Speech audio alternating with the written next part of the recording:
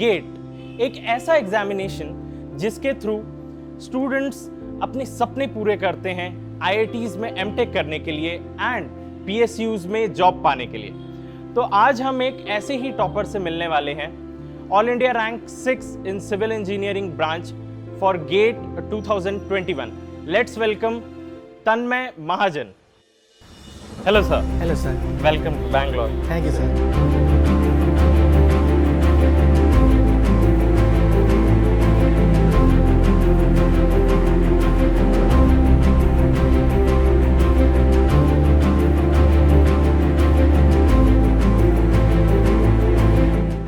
तो आज हम आपसे जानने वाले हैं आपके सीक्रेट टिप्स, पूरे प्रिपरेशन स्ट्रैटेजी, जिसके मदद से हमारे स्टूडेंट्स को पता चल सके कि कैसे एक ऑल इंडिया रैंक 6 अपनी तैयारी करता है। तो सबसे पहले इससे पूरे हम लोग शुरुआत करते हैं कि आपका जब गेट का रिजल्ट आया तो कैसा था उस समय, फीलिंग कैसा था, घर वाले क्या बोल रहे थे, क्या था उस समय का माहौल? तो गेट में ऐसा होता है, जैसे हमारा आंसर शीट वगैरह आ जाता है तो we can predict the rank, have a rough idea. और एग्ज़ाम देने के बाद भी मुझे हल्का फुल्का आइडिया था कि I will be in top 100 approximately, and with the predictor I was getting a rank around 20 to 30, 35, but all India rank 6 was a surprise for me. Single digit rank is a huge thing. So जब मैंने result अपना खुद ही देखा था तो जैसे ही result आया तो मुझे पता नहीं था रिजल्ट आ गया है। I had gone for a walk outside. तो जैसे ही मैं आया तो सारे फ्रेंड्स के मैसेज आ रहे हैं, क्या रैंक आया, क्या रैंक आया, क्योंकि पता तो उनको था कि he will be definitely in top 50 और top 100। So I check my result, so my heart beat was like raised a bit. So then I saw my all India rank 6, so that was very happy moment for me. और उसी समय आपके family members का कैसा reaction था, क्योंकि यार एक पूरे लाइफ चेंज हो जाने वाली रहती है सिर्फ एक रिजल्ट की वजह से? यस, तो मेरे मदर साथ में थे मेरे, तो मदर को बताया, वो काफ़ी खुश हुए, उन्होंने रिलेटिव्स के भी फ़ोन आने शुरू हो गए। बट ऐसे जैसे मैंने बताया मेरा अल्टीमेट टारगेट इंजीनियरिंग सर्विसेज है, तो लाइक अल्टीमेट हैप्पीनेस तब आएगी जब उसमें ऐसे अच्छा रैंक आएगा। But she was quite happy, I was also happy with the get result. ये बहुत बहुत अच्छा फीलिंग रहता है उस समय का। और खासकर सर हम लोग पहले थोड़ा डिस्कस कर रहे थे तो आपने बताया भी था कि आपका स्टार्टिंग से मतलब थोड़ी एक स्ट्रगल वाली लाइफ रही, थोड़ा सा उसके बारे में आप हमारे व्यूअर्स के साथ डिस्कस करेंगे? यस, तो स्ट्रगलिंग ऐसे है, वो मेरी फैमिली से चलती आ रही है, वो हमारे एक तरह से आप बोलोगे हेरिडिटी में ही है। पहले मैं अपना थोड़ा बताता हूँ। लाइक मैंने कॉलेज में ही डिसाइड कर लिया था लगभग 3rd ईयर के आसपास that I have to go for engineering services. तो कोचिंग वगैरह ऐसे ज्वाइन नहीं करी थी, खुद से ही थोड़ा ऐसे हाथ पैर मारते थे, थोड़ा बहुत पढ़ते थे, ऑनलाइन थोड़ी वीडियोस देख ली। तो बट अल्टीमेटली जो एक हार्ड कोर प्रिपरेशन होती है, लाइक चैनलाइज प्रिपरेशन, वो मेरी फाइनल ईयर के बाद स्टार्ट हो गई थी। तो I went to Delhi for coaching and but destiny didn't allow me. I continued only for 2 months, 1.5 to 2 months। Then I had medical issues, तो मैं कंटिन्यू नहीं कर पाया था। सो 2 months का ही कोचिंग कर पाया, और उसके बाद घर आके मुझे पूरा सेल्फ स्टडी ही करना पड़ा। I joined actually ESC batch in coaching, so I had to study for prelims, mains, gate all by myself only. Just I attended 2 months coaching. So medical issues आ गए थे, 1 month का मेरा waste भी हो गया था टाइम, मैं preparation भी नहीं कर पाया था क्योंकि हॉस्पिटलाइज हो गया था, काफ़ी कुछ आ गया था, मेडिकल इशूज़ आ गए थे। तो ये तो रही मेरी स्ट्रगल, लाइक फिर प्रिपरेशन की खुद, और डिस्चार्ज होने के बाद भी काफ़ी प्रॉब्लम्स आती रही फिजिकली। ज़्यादा लॉन्ग सिटिंग नहीं हो पाती थी, लाइक 1 or 2 hours में ही थक जाता था, ब्रेक लेनी पड़ती थी बार बार, कंटिन्यूटी नहीं बन पाती थी। और भी मेडिकल प्रॉब्लम्स, जैसे जब डिस्चार्ज हुए तो छोटी छोटी प्रॉब्लम्स और भी आनी शुरू हो गई, लाइक फिजिकली फिट नहीं रहते थे। तो वो स्ट्रगल रहा, पर धीरे धीरे वो चला गया। बट अल्टीमेटली मेरा जो स्ट्रगल मैं बोलूँगा वो मेरा नहीं था, वो मेरी मदर का था। Like I was only 3 days old when my father expired. So since then my mother only has taken care of me and my sister. So right now what I am today, I am sitting in chamomile tea, it's just all because of my mother, I would say. यही बात होती है sir. मैं कई बार देखता हूँ कि क्या होता है दुनिया में, तो दे आर लाइक कि हमारे साथ ये प्रॉब्लम्स हैं, इसके वजह से मैं नहीं पढ़ पा रहा हूँ। बहुत सारे एक्सक्यूज़ेस बनाते हैं लोग कि बस, पर हम लोगों को एक वजह चाहिए रहती है उस चीज़ को अचीव करने के लिए। जैसे आपके घर में इतना ज़्यादा स्ट्रगल था, वही आपको मोटिवेट करता रहा कि मेरे को अपनी लाइफ चेंज करनी है। तो ये बहुत ज़्यादा इंस्पायरिंग रहता है। एक्चुअली ये होता है, बीट प्रिपरेशन बीट एनीथिंग। और ये सिर्फ गेट एग्जाम के लिए वैलिड नहीं है, किसी भी एग्जाम के लिए आपको 1000 एक्सक्यूजेस मिल जाएंगे प्रिपरेशन छोड़ने के, बट करने के लिए आपको एक ही रीज़न चाहिए, और वो आपको जितना जल्दी मिल जाएगा उतना अच्छा होगा आपके लिए, और उसी रीज़न को पकड़ के आप अपनी प्रिपरेशन कंटिन्यू कर सकते हैं। वेरी और ये इंस्पायरिंग। सिर्फ गेट के लिए वैलिड नहीं, किसी भी एग्जाम के लिए वैलिड है। मेरा मानना है कि लाइक किसी भी एग्जाम को क्रैक करने के लिए सिर्फ गेट नहीं, PPP मॉडल मुझे लगता है 3 Ps, patience, persistence and Perseverance. अगर आप में ये 3 चीज़ें हैं, आप इंडिया का कोई भी एग्जाम क्रैक कर सकते हो, और it won't take more than 1 year, it won't take more than 1 year. अगर आप में ये 3 चीज़ें हैं, प्रॉब्लम ने ये नहीं आती है कि आपको दिन में 8 घंटे पढ़ना है, 9 घंटे पढ़ना है, या 7 घंटे पढ़ना है, या 6 घंटे पढ़ना है। कोई भी पढ़ लेता है, सारे बच्चे पढ़ लेते हैं। प्रॉब्लम ये आती है कि इवन 6 आवर्स और 7 आवर्स आपको कंटिन्यूसली 1 साल तक पढ़ना है या प्रिपरेशन करनी है। जो ये मेंटेन कर पाता है, कंसिस्टेंसी मेंटेन कर पाता है, वही एक रैंकर होता है और वही डिफरेंस क्रिएट करता है। आपको अगर रैंक लाना है तो आपको सिंपल सी बात है, 1 लाख बच्चे या 2 लाख बच्चों में से ऑड आउट होना पड़ेगा, अपने आप को डिफरेंशिएट करना पड़ेगा। तो अगर डिफरेंशिएट करना है तो करना भी कुछ डिफरेंट पड़ेगा। तो यही एक फंडामेंटल डिफरेंट चीज़ है जो होती है कंसिस्टेंसी, क्योंकि पढ़ सब लेते हैं बट कंसिस्टेंटली पढ़ते बहुत कम बच्चे हैं, और जो वो करते हैं वही अपना रैंक अचीव करते हैं, सक्सेस अचीव करते हैं, हम कहेंगे। बहुत सही कहा सर आपने। मुझे तो ऐसा लगता है ना कि लाइफ के किसी भी एरिया में अगर आपको सक्सेस चाहिए तो यही एक चीज़ है कि कंसिस्टेंसी मेंटेन करके रखना ही है। अब हम लोग जानना चाहेंगे सर कि आपका बेसिकली स्ट्रैटेजी रहा कैसे, क्योंकि आपने कहा कि आपका एक सेल्फ प्रिपरेशन मोड ही रहा है ज़्यादातर। तो एक एस्पिरेंट जो गेट 22 के लिए अगर तैयारी करना चाहता है और उसके पास रफली अब उसके पास 1 साल है करीब, तो किस तरीके से उसको अपना प्रिपरेशन करना चाहिए पूरे इन मंथ्स में? थोड़ा आप मंथ वाइज हम लोगों को बता दीजिएगा, ताकि एक स्टूडेंट जो खुद से प्रिपेयर करना चाहता है उसको मदद मिल सके। ओके, तो सबसे पहले स्टूडेंट्स को मैं बोलूँगा कि आप मटेरियल कन्फाइन कीजिए। सबसे पहले होता है कि कभी कभी बच्चों के साथ, स्टूडेंट्स के साथ होता है कि इधर का भी पढ़ लिया, उधर का भी पढ़ लिया, इधर का भी पढ़ लिया, बट वो एफिशिएंसी नहीं दे पाता। तो एफिशिएंटली पढ़ने के लिए आपको सबसे पहले मटेरियल डिसाइड करना है कि आपने क्या पढ़ना है। First step is to decide the material. तो मटेरियल आप मार्केट में बहुत कोचिंग का मटेरियल अवेलेबल है, आप किसी का भी ले सकते हैं। तो मटेरियल एक बार फिक्स कर लेंगे, उसके बाहर जाने की ज़रूरत नहीं है। आपको बहुत ऐसे क्वेश्चन मिलेंगे, बीच में 3-4 क्वेश्चन मिल जाएंगे जिसमें क्वेश्चन आपको लगेगा कि मटेरियल में कवर नहीं हो पा रहे, नो प्रॉब्लम। मतलब आपका रूल रहना चाहिए, 90-10 का रूल होता है मेरे अकॉर्डिंग, कि 90% सवाल ऐसे आते हैं जो आपके कवर हो जाते हैं मटेरियल में, बट 10% सवाल ऐसे रहते हैं जो कभी भी किसी भी मटेरियल में कवर नहीं हो सकते। Out of the box question GATE में हर साल आएंगे ही आएंगे। लाइक मेरा 6 रैंक आया, इवन जिसका 1 रैंक भी आया होगा, 100 आउट ऑफ 100 किसी के मार्क्स नहीं आते हैं। Like 2 to 3 questions get her साल आउट ऑफ द बॉक्स डालता है, और वो उसमें आप कंपटीशन करने जाएंगे तो आप अपने बाकी मार्क्स खो देंगे। आई एम नॉट सेइंग कि आप जो आउट ऑफ द बॉक्स चीज़ें उनको छोड़ दीजिए, उनको पढ़ना है, बट पहले वो 90% चीज़ों को कवर कर लीजिए, number of times, ample number of times उन चीज़ों को कवर कर लीजिए। उसके बाद उन 10% चीज़ों पे जाइए।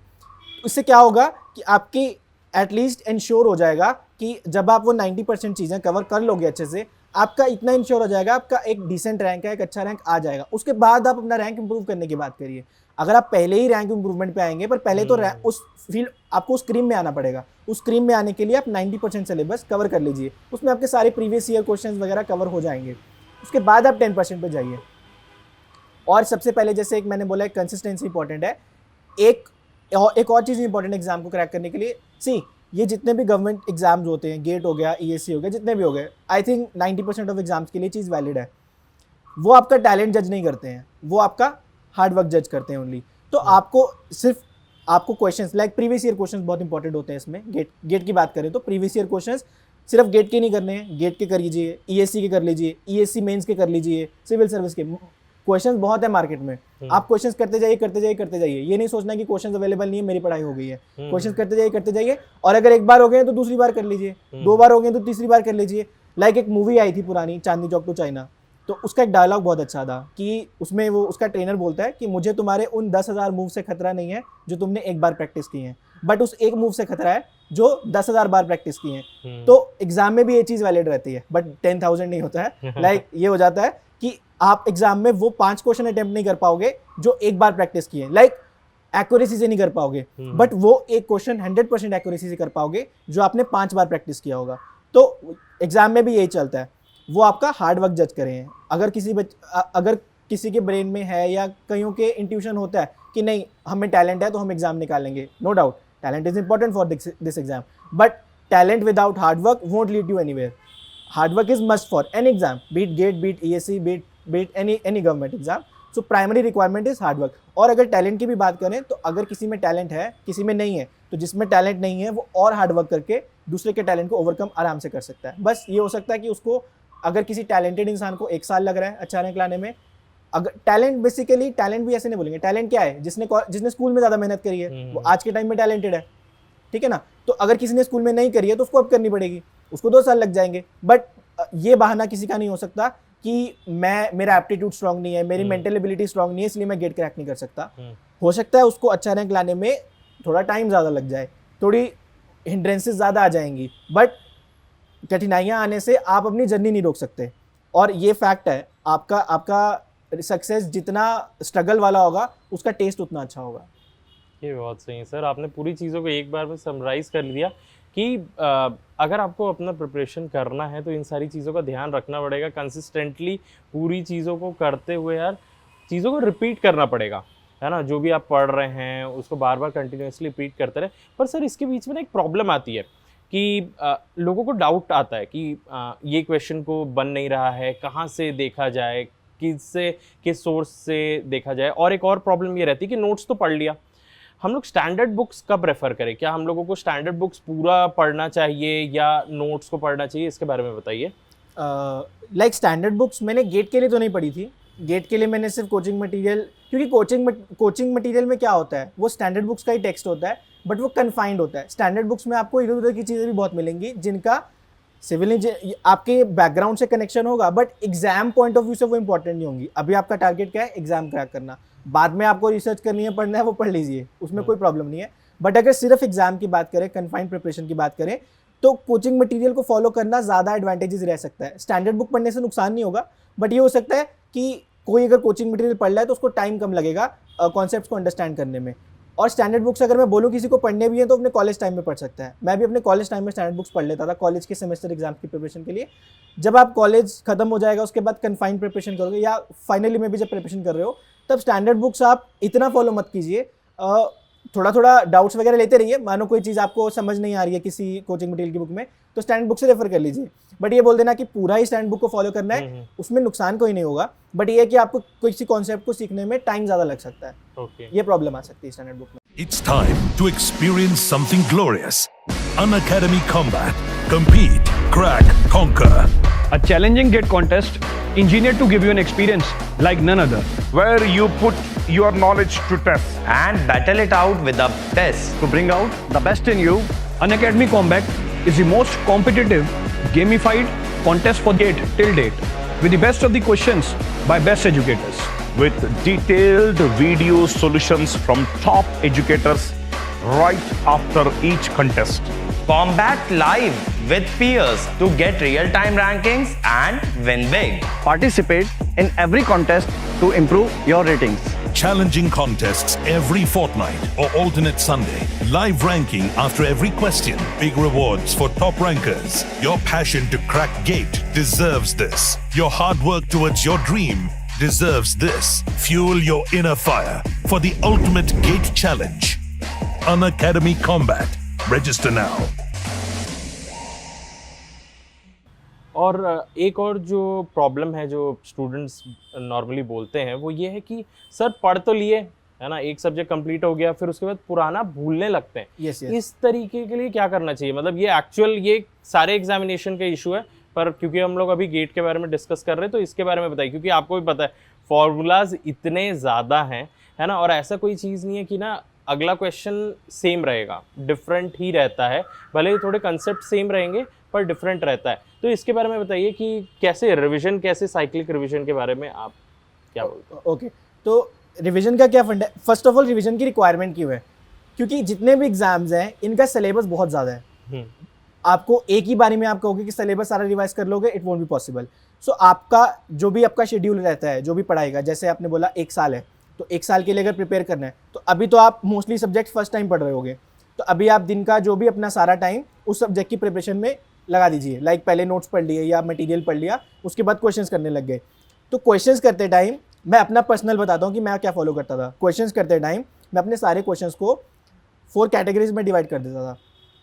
लाइक जैसे मैंने अभी बोला सारे क्वेश्चंस को बार बार करना है, तो सारे क्वेश्चंस को बार बार करने की कोई ज़रूरत नहीं है, वो टाइम वेस्ट होता है। लाइक मैं क्वेश्चंस को अपने 4 कैटेगरीज में डिवाइड करता था। कैटेगरी 1, बहुत ऐसे क्वेश्चन आपको मिलेंगे जो देखते टिक हो जाते हैं, जिनको हार्डली 2 to 3 सेकंड लगते हैं आपको सॉल्व करने के लिए। उनको एक बार कर लीजिए, बार बार करने की जरूरत नहीं है। आपसे वो कभी भी कोई लाइफ में पूछेगा, आप वो सॉल्व कर ही दोगे। सेकंड कैटेगरी, आप सिली मिस्टेक्स करते हो, ठीक है, उनको आप मार्क कर लीजिए किसी भी कलर के पेन से। थर्ड कैटेगरी, जो हवा होते हैं क्वेश्चन, जो कभी सुने ही नहीं होते, उनको मार्क कर लीजिए और अपने शॉर्ट नोट्स में डाल लीजिए। शॉर्ट नोट्स में अभी बता दूंगा कैसे बनाते हैं, ठीक है। फोर्थ कैटेगरी, जो क्वेश्चन अच्छे होते हैं पर आप कर लेते हो। तो जब आप रिपीट करोगे, लाइक रिवीजन में क्वेश्चन करोगे, तो कैटेगरी 1 करने के क्वेश्चन करने की जरूरत नहीं है। कैटेगरी 2, 3 और 4 करिए, और रिपीट करते टाइम अगर आप सिली मिस्टेक वाला ठीक कर रहे हो तो 2 को 1 में डाल दो, ठीक है। तो एंड तक आपके, जब आप 4th या 5th रिवीजन कर रहे होगे, तो सिर्फ कैटेगरी 3 और 4 के क्वेश्चन रह जाएंगे। तो आपका मेन फोकस उन्हीं क्वेश्चन पे रहना चाहिए, क्योंकि वही क्वेश्चन होंगे जिनमें आप एग्जाम में गलती करोगे। जो कैटेगरी 1 का क्वेश्चन होगा ना, वो आपसे लाइफ में कभी भी कोई भी पूछ लेगा, इवन प्रिपरेशन खत्म होने के बाद भी आप वो तब भी सॉल्व कर दोगे। और काफी क्वेश्चन ऐसे होते हैं प्रीवियस ईयर में जो कैटेगरी 1 में लाई करते हैं। ये हो सकता है किसी के लिए कैटेगरी 1 के क्वेश्चन ज्यादा है, किसी के लिए 4 के ज्यादा है, वो इंडिविजुअल टू इंडिविजुअल वेरी करता है, ठीक है। पर कैटेगराइज करना इंपॉर्टेंट होता है। तो जब भी आप रिवीजन कीजिए, 2, 3, 4 को रिपीट करिए। तो अभी तो ये टाइम हो गया कि अभी तो आपकी स्टार्ट है रिवीजन, सॉरी रिवीजन नहीं, अभी आपकी प्रिपरेशन स्टार्ट है। तो अभी रिवीजन के सब्जेक्ट डालने की जरूरत नहीं है। बट लाइक जब आपके 2-3 सब्जेक्ट्स हो जाएंगे अराउंड आफ्टर 1 मंथ, तो आपको अपना डेडिकेटेडली पूरे पर डे का जो भी आप टाइम टेबल बनाओगे, उसमें से 1 to 2 आवर्स आपको पैरेलली रिवीजन करते रहना पड़ेगा, जो आप सब्जेक्ट्स पहले पढ़ चुके हो। रिवीजन का मतलब क्या होता है? सबसे पहले रिवीजन का मतलब ये नहीं होता कि सिर्फ नोट्स पढ़ लिए। रिवीजन का मतलब ये होता है कि आपने नोट्स पढ़ लिए, उन नोट्स को पढ़ने के बाद वो कैटेगरी 2, 3, 4 वाले क्वेश्चंस सॉल्व कर लिए, और उसके बाद अपने शॉर्ट नोट्स रिवाइज कर लिए। शॉर्ट नोट्स कैसे बनाते हैं? शॉर्ट नोट्स कुछ नहीं होता है। शॉर्ट नोट्स बस, जो आपके नोट्स आ गए, शॉर्ट नोट्स में क्या करना है, उन नोट्स में से जो आप कॉन्सेप्ट सीख रहे हो, लाइक आपने क्वेश्चन अटेम्प्ट किया, क्वेश्चन तो एज इट इज नोट्स में नहीं लिखोगे, क्वेश्चन में से कॉन्सेप्ट क्या सीखा, उस कॉन्सेप्ट को शॉर्ट नोट्स में डाल दिया। जो फॉर्मूलाज थोड़े डिफिकल्ट है, लाइक बहुत फॉर्मूला ईजी होते हैं, लाइक सॉइल मैकेनिक्स में कुछ जो पहले चैप्टर के क्वेश्चन होते हैं, वॉइड रेशियो का फॉर्मूला, पोरोसिटी का फॉर्मूला, स्ट्रेंथ ऑफ मटेरियल में बहुत ईजी फॉर्मूला होते हैं, डिफ्लेक्शन का फॉर्मूला, उनको शॉर्ट नोट्स में लिखने की जरूरत नहीं है, वो हमारे मन में ही बस गए होते हैं। तो जो थोड़े टफ क्वेश्चन है, लाइक इंपेरिकल इक्वेशंस जो होती हैं या थोड़ी टफ इक्वेशंस होती हैं, उनको शॉर्ट नोट्स में लिख लीजिए। जो आपने क्वेश्चन से कॉन्सेप्ट सीखा, उनको शॉर्ट नोट्स में लिख लीजिए। कोई डेरिवेशन से आपने कॉन्सेप्ट सीखा है, लाइक कभी कभी ऐसा सवाल आ जाता है, डेरिवेशन के कॉन्सेप्ट से उठ के आता है। डेरिवेशन आपको नहीं बोलेगा वो एग्जाम में करने के लिए, गेट में ऑब्वियसली डेरिवेशन सब्जेक्टिव एग्जाम तो नहीं है, तो डेरिवेशन में से कॉन्सेप्ट उठ रहा होगा जो काफ़ी अच्छा होगा। लाइक स्ट्रेंथ ऑफ मटेरियल में काफ़ी डेरिवेशंस होती हैं जिनमें से अच्छे अच्छे कॉन्सेप्ट सीखने को मिल रहे होते हैं, तो वो कॉन्सेप्ट उठा के शॉर्ट नोट्स में लिख लीजिए। और जैसे प्रीवियस ईयर किया, प्रीवियस ईयर में जो थर्ड कैटेगरी वाले क्वेश्चन थे जो कभी सुने नहीं है, उन क्वेश्चंस को as it is short notes में लिख लीजिए। तो ऐसा होगा जब आपकी 3-4 रिवीजन हो जाएंगी, उसके बाद जब आप फाइनल रिवीजन पे आओगे, जब आपको सिर्फ शॉर्ट नोट्स पढ़ने होंगे, तो एक तरह से आपका सब कुछ रिवाइज हो जाएगा फाइनल के लास्ट 2 मंथ्स में। जब आप लास्ट 2 मंथ्स में सिर्फ आपने शॉर्ट नोट्स रिवाइज करने और टेस्ट देने हैं, ठीक है। टेस्ट भी इंपॉर्टेंट होते हैं, टेस्ट में मार्क्स जज करने की जरूरत नहीं है, लाइक दूसरों से कंपेयर करने की जरूरत नहीं है। आपको टेस्ट में क्या करना है, अपने पास्ट मार्क्स को अपने प्रेजेंट मार्क्स से कंपेयर करना है। लाइक ग्रोथ पॉजिटिव रहनी चाहिए, ग्रोथ आपकी पॉजिटिव रहेगी, मार्क्स इंक्रीज करते रहेंगे, और जिस दिन गेट होगा उस दिन वहां उतने मार्क्स आ जाएंगे जहां से आपका अच्छा रैंक आ सकता है। तो अपने मार्क्स को कंपेयर करते रहना, अपनी मिस्टेक्स को एलिमिनेट करते रहना, और अपने शॉर्ट नोट्स लास्ट के 2 मंथ्स में रिवाइज करते रह रहे हैं। तो अगर हम बोले अभी now it is March, like okay, तो अराउंड 6 to 7 मंथ्स आप में आपका सिलेबस खत्म हो जाएगा। अगर आपका फोकस सिर्फ गेट है, गेट का सिलेबस काफी कन्फाइंड रहता है, तो वो 6 to 7 मंथ्स में कवर हो जाएगा। अगर आप अपना डेली टारगेट बनाइए।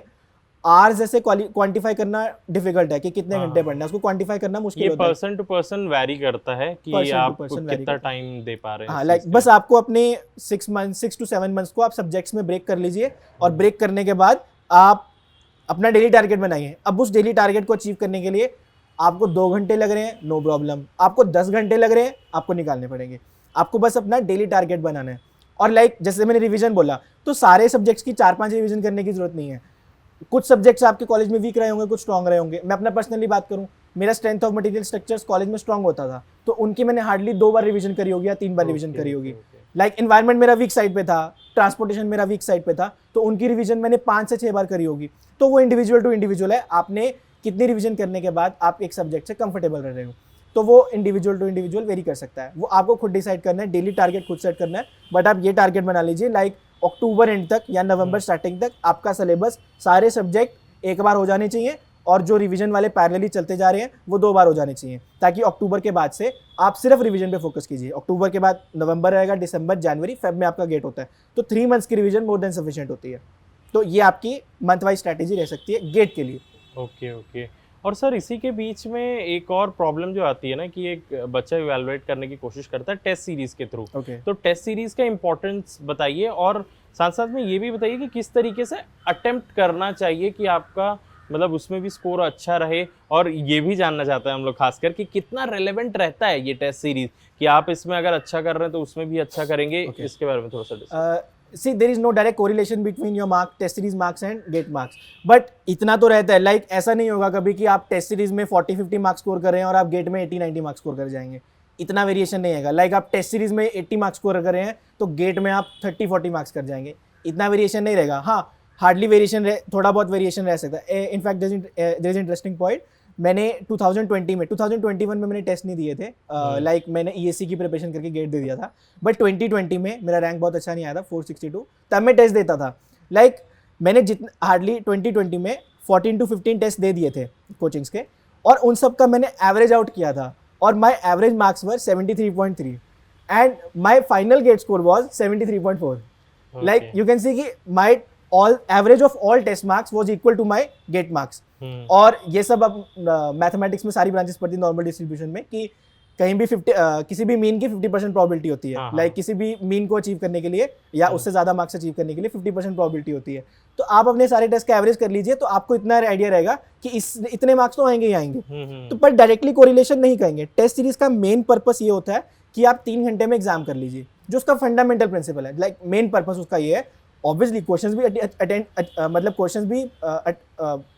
भी आपको अटेम्प्ट करने हैं, but time management is main priority in test series. सबसे इंपॉर्टेंट आपका टाइम मैनेजमेंट हो जाना चाहिए। और ऐसा बिल्कुल नहीं करना है कि 3 घंटे का टेस्ट खोल दिया, 1 घंटे अभी दे दिया, फिर चलो चाय पीने चले गए, फिर 1 घंटे का कंटिन्यू, वो सब नहीं करना है। पूरा 3 घंटे बैठना है, टेस्ट देना है अच्छे से। और मेरा जो स्ट्रैटेजी होती थी टेस्ट देते टाइम या गेट देते टाइम भी, मैं साइकिल्स में एग्जाम को अटेम्प्ट करता था। लाइक साइकिल 1 में सबसे पहले मैं टेक्निकल अटेम्प्ट करता था, फिर एप्टीट्यूड अटेम्प्ट करता था। तो टेक्निकल में पहले मेरे क्या होता था, साइकिल 1 में वो क्वेश्चन जिनके लिए पेन नहीं उठाना पड़ रहा है, ये गेट और ESC दोनों के लिए वैलिड है। ESC प्रीलिम्स की भी मेरी स्ट्रैटेजी यही रहती थी। मेंस में थोड़ी डिफरेंट हो जाती है कि वो सब्जेक्टिव एग्जाम होता है। तो ESC प्रीलिम्स और गेट में सेम स्ट्रैटेजी रहेगी। क्या करना है, साइकिल 1 में देखो, ये मेरी स्ट्रैटेजी है, जरूरी नहीं कि मेरी स्ट्रैटेजी किसी और को भी एडवांटेज रहे, बट थोड़ा बहुत आइडिया लग सकता है कैंडिडेट्स को कि क्या अप्रोच लेनी चाहिए। तो मेरी अप्रोच ये रहती थी, साइकिल 1 में वो क्वेश्चंस कर दिए जिनके लिए पेन नहीं उठाना पड़ रहा। लाइक 65 क्वेश्चंस गेट में होते हैं, तो आपको 15 से 20 क्वेश्चन ऐसे मिल जाएंगे जिनके लिए आपको पेन भी नहीं उठाना पड़ रहा। लाइक सिर्फ क्लिक करना है, आपको देखते ही आते हैं। तो वो क्वेश्चंस आपके हार्डली 10 मिनट्स में हो जाएंगे, 10 या मैक्स 15 मिनट्स ले लेंगे। तो इससे क्या होगा, अगर आप 20 क्वेश्चन अटेम्प्ट कर चुके हो, आपका आधे घंटे में गेट क्वालिफाई हो चुका है। ठीक है, तो आपका कॉन्फिडेंस बढ़ेगा। अब सेकंड साइकिल में आइए, वो क्वेश्चंस कीजिए जो आपको देखते ही पता है कि क्या करना है, बस आपको सॉल्व करना है। लाइक कुछ सोचना नहीं पड़ रहा है उस क्वेश्चन के लिए, आपको देखते ही पता है क्या स्टेप्स रहेंगे, क्या आंसर आएगा, आपके दिमाग में पूरा स्टेप बैठ चुका है और पूरा आपने प्रोसेस कर चुके हो। बट आपको सिर्फ कैलकुलेट करना है, फॉर्मूला में वैल्यू डालनी है, आंसर निकालना है। सेकंड साइकिल में ये क्वेश्चंस कीजिए और सेकंड साइकिल आपकी लगभग 2 घंटे में या 1.5 घंटे में हो जाएगी बड़े आराम से। और ये सोचिए अराउंड 40-45 क्वेश्चन अटेम्प्ट हो गए होंगे। लाइक आप IIT लाइक टॉप 1000 में हो चुके हो और अभी आपके पास 1 घंटा बचा है। ठीक है, तो अब यहाँ 1000 से आप 100 में आने की कोशिश करोगे। अब उन क्वेश्चंस को कीजिए जिन क्वेश्चन में थोड़ा ब्रेन लग रहा है, थोड़े ट्रिकी क्वेश्चंस हैं, उन क्वेश्चन में आप गलतियां उन्हीं क्वेश्चन में करेंगे। ठीक है, तो वो क्वेश्चन में आइए, धीरे धीरे उन क्वेश्चंस को अटेम्प्ट कीजिए। और अगर फ्रैंकली बोलूँ तो गेट का पूरा गेट 2.5 घंटे से ज़्यादा नहीं लेता है। मेरा पर्सनली 2 आवर 30 मिनट्स में एग्जाम हो गया था। अगर आपने सिंसियर प्रिपरेशन करी है, हार्डली अगर आप थोड़ी कैलकुलेशन स्लो है तो 2 आवर 45 मिनट्स लग सकते हैं। 3 घंटे गेट में एक्स्ट्रा टाइम मिलता है। 3 hours a very long time management का गेट में तो इशू नहीं आता है, ESC में आता है, बट गेट में टाइम मैनेजमेंट का इशू नहीं आता है अगर आपने सिंसियर प्रिपरेशन करी है। अगर नहीं करी है तब तो टाइम हमेशा ही कम रहेगा, 5 घंटे भी कम रहेगा। बट अगर सिंसियर प्रिपरेशन करिए, आपका 2 आवर्स 45 मिनट्स में एग्जाम कंप्लीट हो जाएगा। पर और ये वही बात है ना कि आपका मतलब 2.5 घंटे में कंप्लीट करने के लिए आपको उतनी प्रैक्टिस भी करनी पड़ेगी। सो सर एक और चीज़ मेरे को पूछना है, जैसे आपका पहले अटेम्प्ट में 460 रैंक कुछ था, तो आपने ऐसा क्या चेंज लाया अपने अंदर कि वो सीधा 6 रैंक में कन्वर्ट हो गया? ओके, सो 2020 में मेरा 462 रैंक था। तो तब एक्चुअली तब मेरी गेट की तरफ थोड़ा मुहमाया था। लाइक मुझे था कि ultimately my target was engineering services only. So 2019 में पास आउट होने के बाद मैंने इंजीनियरिंग सर्विसेज की प्रिपरेशन की और प्रीलिम्स मेरा क्वालिफाई हो गया था 2019 जनवरी में। तो उसके बाद जो 1 मंथ बचता है मैंने फोकस पूरा गेट पे किया था, टेस्ट दिए प्रॉपरली दिए, बट अच्छा रैंक नहीं आ पाया, like 462। It is a decent rank but it won't fetch you any PSU। M Tech मेरा कभी टारगेट नहीं था, लाइक मेरा रिसर्च में नहीं इंटरेस्ट है, तो why wasted seat for a candidate in IIT। So ऐसा नहीं एमटेक नहीं करनी है, ठीक है, बट टारगेट पता रहना चाहिए। लाइक अगर आपको रिसर्च में जाना है तो M Tech is a very good option, but मेरी प्रायोरिटीज़ कुछ और है, किसी की प्रायोरिटीज़ कुछ और हो सकती है। अपनी प्रायोरिटीज़ के हिसाब से अपना टारगेट डिसाइड करना है, ठीक है।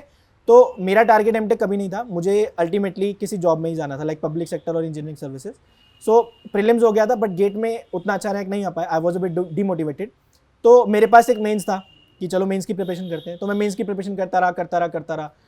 उसमें भी काफ़ी प्रॉब्लम्स आई थी, लाइक पहले था कि जुलाई में होगा बट कोविड आ गया, तो कोविड के कारण वो डिले हुआ। उन्होंने बोला 8 अगस्त को होगा, कोई बात नहीं, प्रिपरेशन फिर कंटिन्यू करी कि 8 अगस्त को होगा, तो उस 8 अगस्त के हिसाब से अपनी स्ट्रैटेजी बनाई। तो फिर आ गया कि नहीं 18 अक्टूबर को होगा, कोविड के कारण और डिले हो गया। तो उसके कारण थोड़ा सा इंड्योरेंस दिमाग में थोड़ा रहता है कि कंसिस्टेंसी उस टाइम बहुत इंपॉर्टेंट हो गई थी कि आपको पढ़ते रहना है, कंटिन्यू करना है, क्योंकि आता तो सबको होता है ऑब्वियसली, जिसका प्रीलिम्स क्लियर हो रहा है उसको नॉलेज तो होगी। इस बार मेंस उन्हीं का क्लियर हुआ था जिन्होंने कंटिन्यूटी मेंटेन कर ली होगी पूरे अक्टूबर, जब भी 18 अक्टूबर तक, तो जिन्होंने कंटिन्यूटी मेंटेन करी। तो मेंस मेरा हो गया था और देने के बाद मेंस मुझे पता था आई विल क्वालिफाई, अच्छा हो गया था। तो उसके बाद लाइक मुझे था कि इतना तो मुझे पता था कि इंटरव्यू जो होंगे इंजीनियरिंग सर्विसेज के वो गेट के बाद ही होंगे, गेट पहले हो जाएगा क्योंकि साइकिल बहुत लंबा खिंच चुका है ESC का कोविड की वजह से। तो मैंने सोचा, वैसे मेरा टारगेट था नहीं 2021 का गेट देना, मुझे था कि ESC में हो जाए तो मैं 2021 का गेट नहीं दूंगा, बट इंटरव्यू से पहले गेट आ गया। तो मैंने मैथ्स वगैरह थोड़ा प्रिपेयर कर लिया, मैथ्स एप्टीट्यूड, क्योंकि मेंस में मैथ्स एप्टीट्यूड नहीं आता है, तो सिर्फ टेक्निकल की वहाँ से प्रिपरेशन करी थी। और ESC मेंस के टेक्निकल के बेसिस पे और मैथ्स इंडिविजुअल के बेसिस पे ही मेरा 6th रैंक आया। लाइक अगर आप बोलेंगे तो अगर जब मैंने इंडिविजुअल गेट की प्रिपरेशन करी थी, तो ये बहुत इंपॉर्टेंट अगर मैं पॉइंट बोलूँगा कि अगर आप गेट प्रिपेयर कर रहे हैं तो ESC मेंस के क्वेश्चन को भी फोकस कीजिए। लाइक बहुत इस साल बहुत बड़े एग्जांपल है, लाइक कुछ questions out of the box आए थे जो काफ़ी बच्चों से अटेम्प्ट नहीं हुए होंगे। IIT बॉम्बे वैसे बहुत अच्छे क्वेश्चन बनाता है, तो वो जो out of the box question थे वो इंजीनियरिंग सर्विसेज मेंस के ही प्रीवियस ईयर थे, प्रीलिम्स के नहीं, मेंस के। तो अगर किसी ने करे होंगे वो डेफिनेटली उन क्वेश्चंस को कर पाया होगा। मैंने किए थे तो मुझे अच्छे खासे अटेम्प्ट हो गए थे, एंड आई न्यू कि ये सबसे नहीं हो पाए होंगे। उन्हीं क्वेश्चंस की वजह से आई थिंक मेरा रैंक जो 462 के से 6 आया है।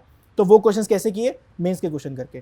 तो ऐसा नहीं करना है कि गेट टारगेट है तो गेट के ही क्वेश्चन लगाई जा रहे हो बार बार लगाइए, बट गेट के साथ साथ ESC प्रीलिम्स, ESC मेंस, जिनमें सिविल इंजीनियरिंग पूछी जाती है, सारे एग्जाम्स को कवर कर लीजिए। लाइक गेट से जो ऊपर है, लाइक गेट के लिए SSC JEE की करने की जरूरत नहीं है, वो थोड़े ईजी लेवल पे एग्जाम हो जाते हैं। गेट से ऊपर जितने एग्जाम है, like GATE, ESC prelims, ESC mains, अगर और टाइम है तो सिविल सर्विसेज मेंस के भी कर लीजिए, उसमें भी सिविल इंजीनियरिंग आती है, बट उसकी गेट के लिए मुझे नहीं लगता जरूरत पड़ेगी, वो ESC मेंस के लिए पड़ती है। तो गेट के लिए आप 3 एग्जाम्स पकड़ लीजिए और उनके प्रीवियस ईयर बार बार करते जाइए। और कितने पीछे करने, I think 20 years, past 20 years would be more than sufficient। तो मतलब वही है आपके हिसाब से कि ESC के प्रिपरेशन भी साथ में हो सकती है गेट के साथ साथ, और अगर आप ESC की तैयारी अच्छे से कर रहे हैं तो इट इज मोर लाइकली कि आपका गेट भी अच्छे मार्क्स से निकल जाएगा अगर आपने सीरियसली किया। Like there are only 2 categories, like आप या तो इंडिविजुअल प्रिपरेशन करेंगे गेट की, या आप कंबाइंड प्रिपरेशन करेंगे गेट और ESC की। Individual preparation of ESC there is no such thing. Like ESC की अगर आप करोगे तो गेट अपने आप उसमें कवर हो ही जाता है, वो सबसेट है ESC का। अच्छा। लाइक गेट की इंडिविजुअल करोगे तो ऑब्वियसली ESC नहीं निकलेगा, बट ESC की करोगे तो गेट निकल ही जाएगा, एक अच्छा रैंक आ ही जाएगा। ओके, ये स्टूडेंट्स को भी पता रहना चाहिए कि एक आइडिया लग जाना चाहिए कि क्या क्या साथ में अटेम्प्ट कर सकते हैं। तो कई लोगों को डाउट रहता है ना कि सर नहीं, मेरे को तो ESC की तैयारी नहीं करनी है, तो मैं उनको ये भी कह सकते हैं हम लोग कि अगर आप इसकी तैयारी करें तो साथ साथ में इधर भी आपका गेट का भी तैयारी हो जाएगा। यस, एक्चुअली क्या है कि अब कंपटीशन बहुत बढ़ गया है तो थोड़ा अनसर्टेन रहता है। लाइक अगर आप बोलेंगे कि अभी एग्जाम दूंगा तो क्या 6 रैंक आएगा, आई एम नॉट श्योर। ठीक है, मैं ये बोल सकता हूँ टॉप 100 टॉप 150 में ला सकता हूँ, बट अनसर्टेनिटी बहुत ज़्यादा है कंपटीशन को लेकर। तो सिर्फ एक एग्जाम को टारगेट करना मुझे लगता है वाइज डिसीजन नहीं होगा। आप अपनी ब्रांच, लाइक सिविल इंजीनियरिंग की बात करें तो सिविल इंजीनियरिंग जिन एग्जाम्स में पूछी जाती है, आप उन एग्जाम्स की कलेक्टिव प्रिपरेशन करिए। लाइक आप सिविल इंजीनियरिंग पढ़े, पहले सिविल इंजीनियरिंग पढ़ो ना। सिविल इंजीनियरिंग ऐसा तो है नहीं गेट में कुछ और पूछेगा, ESC में कुछ और पूछेगा, ICSE JEE में कुछ और पूछेगा। लाइक आप पहले सिविल इंजीनियरिंग पूरी कंप्लीट कर लीजिए, उसके बाद जो एग्जाम आ रहा है उस एग्जाम से पहले 1-2 महीने पहले उस एग्जाम के अकॉर्डिंग अपनी प्रिपरेशन को मॉडिफाई कर लीजिए, लाइक जिस टाइप के क्वेश्चन आते हैं। बट सबसे पहले आपका टारगेट होना चाहिए सिविल इंजीनियरिंग को खत्म करना। एग्जाम बाद में डिसाइड कीजिए, पहले सिविल इंजीनियरिंग या जो भी आपकी ब्रांच है, जो भी आपका फील्ड है, उसको खत्म कीजिए, उसके बाद आप एग्जाम डिसाइड कीजिए। ईएससी में थोड़ा एक एक्स्ट्रा आ जाता है कि आपको जनरल स्टडीज पढ़ना पड़ जाता है, otherwise technical is more or less like 90-80-90% is same for GATE and ESC. कुछ सब्जेक्ट्स ईएससी में एक्स्ट्रा हैं छोटे छोटे, बट जो कॉमन है वो सब्जेक्ट का सिलेबस ऑलमोस्ट सेम है। तो नॉन टेक्निकल ईएससी में बस एक एक्स्ट्रा पढ़ना पड़ता है, बाकी अगर आप गेट ईएससी कर रहे हैं तो गेट तो हो ही जाएगा। ओके सर, आपने इतने सारी चीज़ों को इतना सिंप्लीफाई कर दिया ना, तो मुझे ये बेसिकली जानना है कि आप इतना सारा टाइम निकालते कैसे हैं। मतलब स्टूडेंट्स के दिमाग में क्या रहता है ना कि सर डिस्ट्रैक्शन भी बहुत सारी चीज़ें होती है, तो आप उन चीज़ों को कैसे कोप अप करते थे? आप अपने बारे में बताइए कि आप कैसे हैं, कैसे आप अपना प्रिपरेशन करते थे, क्या क्या चीज़ें, और ये नहीं कि दिन भर पढ़ाई ही, एक्स्ट्रा करिकुलर्स में आप क्या क्या करते थे, मतलब आपके लाइफ के बेसिकली हम लोगों को जानना है। ओके, तो स्कूल में तो मैं नॉर्मली सिंसियर स्टूडेंट था, लाइक ज़्यादा एक्स्ट्रा करिकुलर में नहीं था, और 11-12 में फिर वही आईटी की प्रिपरेशन में जैसे बच्चे चले जाते हैं, ऑल्दो नहीं हो पाया था IT, but I got a decent college PEC Chandigarh. तो कॉलेज में आके ऐसा नहीं था, मतलब like I was sincere, like हर क्लास में, हर बैच में ऐसा होता है कि 3-4 बच्चे सारे असाइनमेंट्स प्रैक्टिकल फाइल बनाते हैं और सारा बैच कॉपी करता है। So I was one of those 4-5 students, but ऐसा नहीं कि सिर्फ पढ़ाई करता था। I was a member of dramatics club in my college, मैं डांस विंग में था, और इसके अलावा और भी एक्टिविटीज़ में था, लाइक एनएसएस में भी था, और हमारी सिविल इंजीनियरिंग की सोसाइटीज होती हैं टेक्निकल, उनमें भी था, तो एक्टिव था मैं। बट ऐसा है कि जब पढ़ाई करनी है तब पढ़ाई करनी है, और जब को करिकुलर करना है तब को करिकुलर करना है। आप टाइम डिफाइन कर दीजिए हर चीज़ का, और ऐसा भी नहीं है कि प्रिपरेशन के टाइम, जैसे जब कॉलेज के बाद जो मेरी 1-2 साल की प्रिपरेशन रही उसमें सिर्फ पढ़ाई होती थी, ऐसा नहीं है। आप डेली का अपना टारगेट डिसाइड कर लीजिए, आपने जो टारगेट बना लिया है, अगर आपका 4 घंटे में अचीव हो गया तो बाकी टाइम आपका फ्री है, जो भी आपका इंटरेस्ट है वो करिए। लाइक मुझे थोड़ा वेब सीरीज, टीवी सीरीज देखना अच्छा लगता था, तो मैं वो देख लेता था। जो भी आपका माइंड फ्री जिससे हो आप वो कर लीजिए। आपको स्पोर्ट्स में इंटरेस्ट है, स्पोर्ट्स कर लीजिए, but first priority should be completing your target. Like अपना टारगेट अचीव करेंगे तो आप खुद को प्राइज दे सकते हैं। लाइक टारगेट अचीव किया, उसके बाद खुद को प्राइज दीजिए, चलो अब मैं मूवी देखने जाऊँगा, अगर मेरा टेस्ट में अच्छे मार्क्स आएंगे तो मैं मूवी देखने जाऊँगा। तो ऐसे ऐसे खुद को रिवॉर्ड कर दीजिए, इससे मोटिवेशन बढ़ेगा। और देखो, टाइम अपने आप नहीं निकलेगा, टाइम आपको निकालना पड़ेगा। लाइक डिस्ट्रैक्शन से टाइम कट आउट कीजिए, पढ़ाई में लगाइए। ऐसे टाइम सबके पास 24 आवर्स ही होते हैं पर डे, कुछ उसमें से 24 आवर्स में से 6 to 8 आवर्स फेच कर लेते हैं पर डे, कुछ नहीं कर पाते। और ऐसा नहीं है कि आपका इंटरेस्ट नहीं है आपकी फील्ड में, ऐसा तो नहीं है कोई आपको पकड़ के लाया कि चलो एग्जाम की प्रिपरेशन करिए। सब अपनी विल से आए हैं प्रिपरेशन करने, तो आपका इंटरेस्ट तो डेफिनेटली है उस ब्रांच में, बट वो हो क्या रहा है, डिस्ट्रैक्शंस आपके इंटरेस्ट को ओवरकम कर रही हैं। आपको उनको अपने प्रिपरेशन पे हावी नहीं होने देना है। कैसे? उनको कट आउट कीजिए, करना पड़ेगा। लाइक आपको एक दिन लगेगा कि नहीं, लाइक आपने सोशल मीडिया इंस्टॉल कर दिया अपने मोबाइल से, ठीक है, तो आपको लगेगा नहीं अभी कर लेता हूँ, नहीं, करना पड़ेगा, अपने आप को एंड्योर करना पड़ेगा, आपको हफ्ता निकालना पड़ेगा वैसे, फिर उसके बाद अपने आप आपको आदत पड़ जाएगी पढ़ाई करने की। तो टाइम अपने आप नहीं निकलेगा, मेन रहेगा कि टाइम निकालना ही पड़ेगा। और there is no shortcut to success, hard work आपको करना ही पड़ेगा। पॉइंट इज, अगर स्मार्टली करोगे तो जल्दी सक्सेस मिल जाएगी, अगर थोड़ा स्मार्टली नहीं करोगे सक्सेस मिल जाएगी, थोड़ी डिले हो सकती है। हार्डवर्क इज मस्ट, उसके लिए कोई शॉर्टकट नहीं है। उसके लिए कोई शॉर्टकट नहीं। अच्छा, आपने पूरी चीज़ों को समराइज़ कर दिया सर, पर एक और डाउट जो स्टूडेंट के सामने आता है ना, वो ये है कि कितना ड्रॉप लेना चाहिए, मतलब कॉलेज के बाद आपको और कितना समय देना चाहिए। जैसे आपको 1 साल लग गया कि आप 450-460 रैंक तक पहुंच सके, फिर उसके बाद एक और साल लगा, तो और कितना ड्रॉप आप ले सकते हो, ये भी एक स्टूडेंट को जानना है। लाइक ड्रॉप के लिए मैं ये बोलना चाहूँगा, ड्रॉप इंडिविजुअल कॉल रहती है। ऐसा नहीं है कि लाइक मैंने भी जब यूपीएससी का इंटरव्यू दिया अभी रिसेंटली, तो मुझसे किसी ने नहीं पूछा कि आपका ड्रॉप क्या था, तो ड्रॉप के बारे में आपसे नहीं पूछेंगे। बट कभी कभी क्या होता है, लाइक अगर आपको सक्सेस अभी नहीं मिल रही है, आपका ड्रॉप 2-3 ईयर्स तक जा रहा है, 3 ईयर्स से क्रॉस हो गया, तो मेरी एडवाइस रहेगी कि आप साथ साथ पार्ट टाइम को शुरू कर दीजिए। नॉट फॉर बीइंग कि आपसे इंटरव्यू में कोई पूछेगा, बट होता क्या है, जब आप एक चीज़ को करते रहते दिमाग में फ्रस्ट्रेशन आ जाती है, या थक जाते हैं एक चीज़ को करते करते, सो जस्ट अपना माइंड को डाइवर्ट करने के लिए तो आप साथ साथ पार्ट टाइम को शुरू कर सकते हैं। कोई आपने अगर 3 साल प्रिपरेशन कर ली है, तो आपका टेक्निकल नॉलेज इतना रह जाएगा कि आप किसी कोचिंग इंस्टीट्यूट को ज्वाइन कर सकते हैं, बीइंग अ कंटेंट डेवलपर, या आप ऑनलाइन पढ़ाना शुरू कर सकते हैं। आप ऐसे ऐसे काम थोड़े पार्ट टाइम शुरू कर दीजिए और अपनी प्रिपरेशन को कंटिन्यू रखिए। पर ड्रॉप ऐसा नहीं है कि आपका 1 साल का है तो आपसे पूछेगा, कोई 2 साल का है, कोई कभी नहीं पूछता है। इंडिविजुअल कॉल है, अगर आप अफोर्ड कर सकते हैं प्रिपरेशन, कहीं की इकोनॉमिकल कंडीशन अलाउ नहीं करती है तो उनको नहीं लेना चाहिए, जिनकी अलाउ करती है वो ले सकते हैं, कोई प्रॉब्लम नहीं है। ओके सर, मतलब वही है स्टूडेंट्स के लिए समझाने का यार कि आपको ये चीज़ को समझना पड़ेगा कि आपको ड्रॉप लेना है नहीं लेना है। पर सर एक और बात जो आपके हैक्स या ट्रिक्स मैं जानना चाहता हूँ कि आप सब्जेक्ट वाइज कैसे डील करते थे? किस सब्जेक्ट को पहले प्रायोरिटी देनी चाहिए, किनको कम प्रायोरिटी देनी चाहिए, किससे स्टार्ट करना चाहिए, किससे एंड करना चाहिए, इसके बारे में बताइए। लाइक अगर मैं बोलूँ गेट में आपको टॉप 100 में लाना है, अगर अच्छा रैंक लाना है, तो there is no such thing कि आपको सब्जेक्ट वाइज प्रिपरेशन करनी है। आपको सब कुछ कवर करना पड़ेगा। इसी ईयर बहुत बड़ा एग्जाम्पल था, कंस्ट्रक्शन मैनेजमेंट एक सब्जेक्ट होता है सिविल इंजीनियरिंग का, हर साल हार्डली 1 मार्क क्वेश्चन या 2 मार्क्स क्वेश्चन, इस साल 6 मार्क्स का आया हुआ था दोनों सेट्स में। तो अनप्रिडिक्टेबल रहेंगे सब्जेक्ट्स। ऑल्दो कुछ सब्जेक्ट्स ऐसे हैं लाइक जिनमें से 20 साल से पूछे ही रहे हैं 10-15 मार्क्स का 10-15 मार्क्स का, like soil mechanics civil engineering का बहुत इंपॉर्टेंट है, स्ट्रेंथ ऑफ मटेरियल इंपॉर्टेंट है, इसके अलावा फ्लूइड मैकेनिक्स इंपॉर्टेंट है, एनवायरमेंटल इंजीनियरिंग इंपॉर्टेंट है, ट्रांसपोर्टेशन इंजीनियरिंग इंपॉर्टेंट है। लाइक ये सब्जेक्ट्स ऐसे हैं, ये तो आपको करने ही करने हैं। अगर आप ये करेंगे तो आप ठीक है, आप क्वालिफिकेशन वाली रेंज में आ जाएंगे या 50 to 60 मार्क्स वाली रेंज में आ जाएंगे। बट अगर आपको अच्छा रैंक लाना है, आपको 85 क्रॉस करने हैं मार्क्स, 80 क्रॉस करने हैं मार्क्स, तो आपको सब कुछ कवर करना पड़ेगा, क्योंकि वो जो अनसर्टेनिटी वाले क्वेश्चन होंगे ना, वो होंगे 10-20% जो कोई प्रिडिक्ट नहीं करेगा। से 50-60% क्वेश्चन प्रिडिक्टेबल आएंगे गेट में, सब प्रिडिक्ट कर लेंगे, पर वो सब प्रिडिक्ट कर लेंगे ना, सबके मार्क्स आ जाएंगे उसमें। आपको सबको क्रॉस करना है तो आपको अनसर्टेन सब्जेक्ट्स भी कवर करने पड़ेंगे। और अगर आपको और अगर इसकी स्ट्रैटेजी मैं बताऊं कि कौन सा सब्जेक्ट ज़्यादा बार करना है, कौन सा कम बार करना है, वो आपकी इंडिविजुअल कॉल है। लाइक मैं पर्सनली बताऊं, मेरा कॉलेज में strength of material structure strong था, मैंने वो 2 बार कवर किया, 3 बार कवर किया।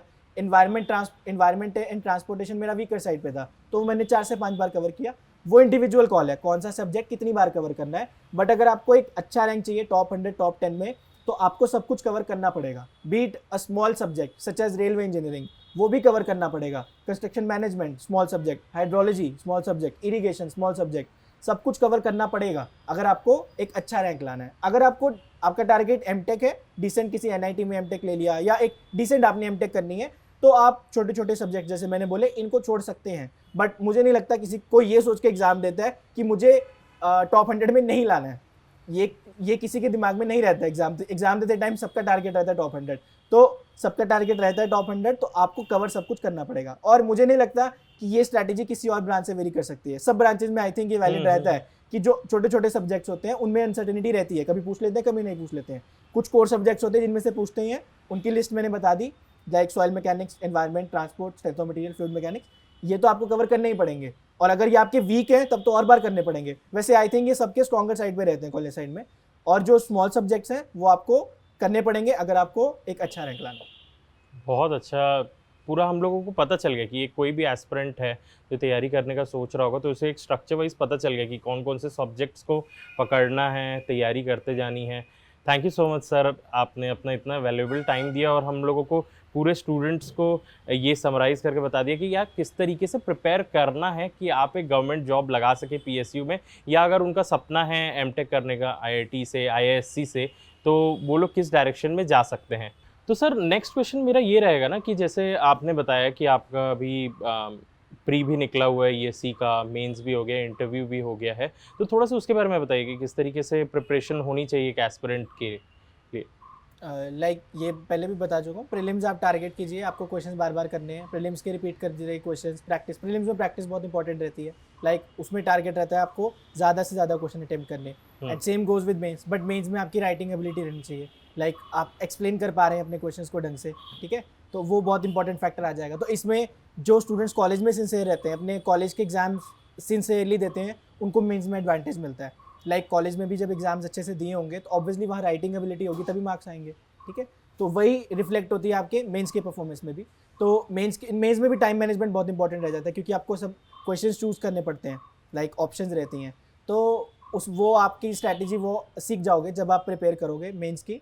और इंटरव्यू के लिए नॉर्मल आपकी पर्सनालिटी डेवलपमेंट के आप कोई भी कोर्स ज्वाइन कर सकते हैं या इंटरव्यू गाइडेंस प्रोग्राम ज्वाइन कर सकते हैं, और वो आपको गाइड कर देंगे। और इंटरव्यू कैसे कोई सीन नहीं रहता है, कोई लाइक मेरा भी एक्सपीरियंस ऐसा था, आपको कोई जज नहीं करता है, like they will guide you to the answers. UPSC members are very cooperative, so वो आपको आंसर की तरफ गाइड करते हैं। दे ओनली जज योर अप्रोच, लाइक जो मेरा एक्सपीरियंस था उस बेसिस पे कह रहे हैं, दे ओनली जज योर अप्रोच।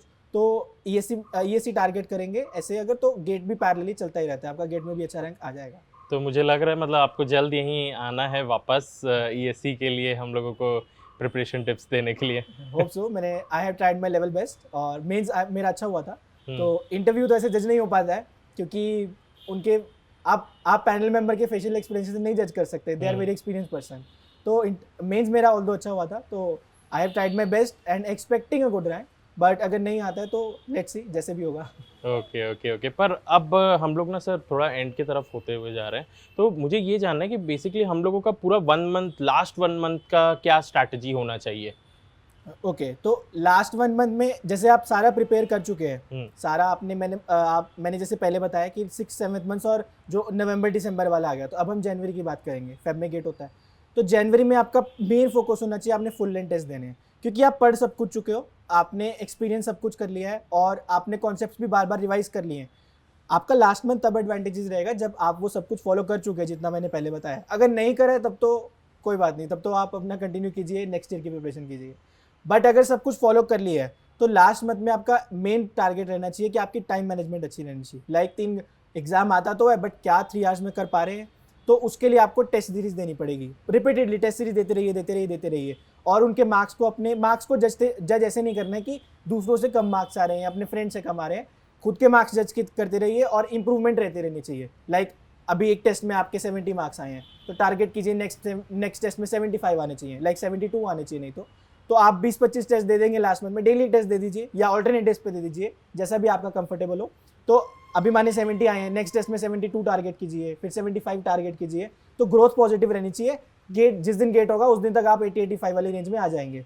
टाइम मैनेजमेंट के लिए कॉन्सेप्ट्स तो आपके स्ट्रॉन्ग रहेंगे और काफ़ी टेस्ट में कुछ ऐसे क्वेश्चंस भी होते हैं जिनका ज़्यादातर गेट से मतलब नहीं होता, वो सिर्फ आपका टेम्परामेंट चेक करने के लिए डाले जाते हैं। अगर वो गलत कर रहे हैं तो उनकी आप ज़्यादा उनके लिए बॉदर करने की जरूरत नहीं है।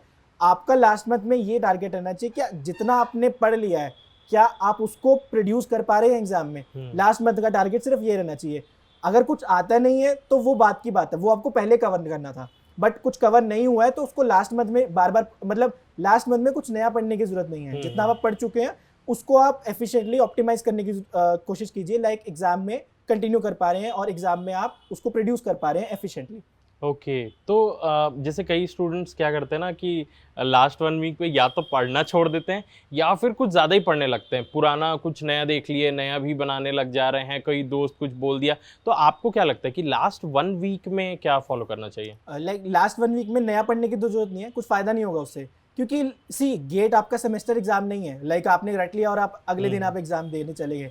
गेट में आपका क्वेश्चन वहाँ वो निकलेगा जो आपने बार बार प्रैक्टिस किया होगा। लाइक मैंने कहा जो 5 बार प्रैक्टिस करोगे वही क्वेश्चन निकलेगा और गेट में कंसेप्चुअल क्वेश्चन ही आएंगे।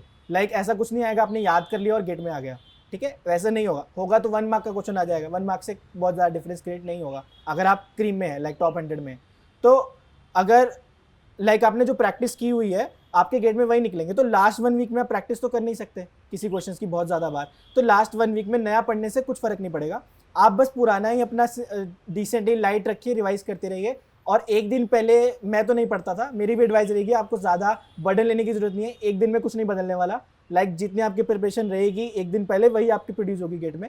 आप एक दिन पहले चिल कीजिए, अपना घूम फिर आइए, ज़्यादा हैवी मत खाइए, नहीं तो अगले दिन हो सकता है नींद आ जाए सुबह। तो अपना डिसेंट शेड्यूल रखिए और लाइक गेट देने चले जाइए। होपफुली आपका अच्छा ही होगा अगर आपने प्रैक्टिस की होगी तो।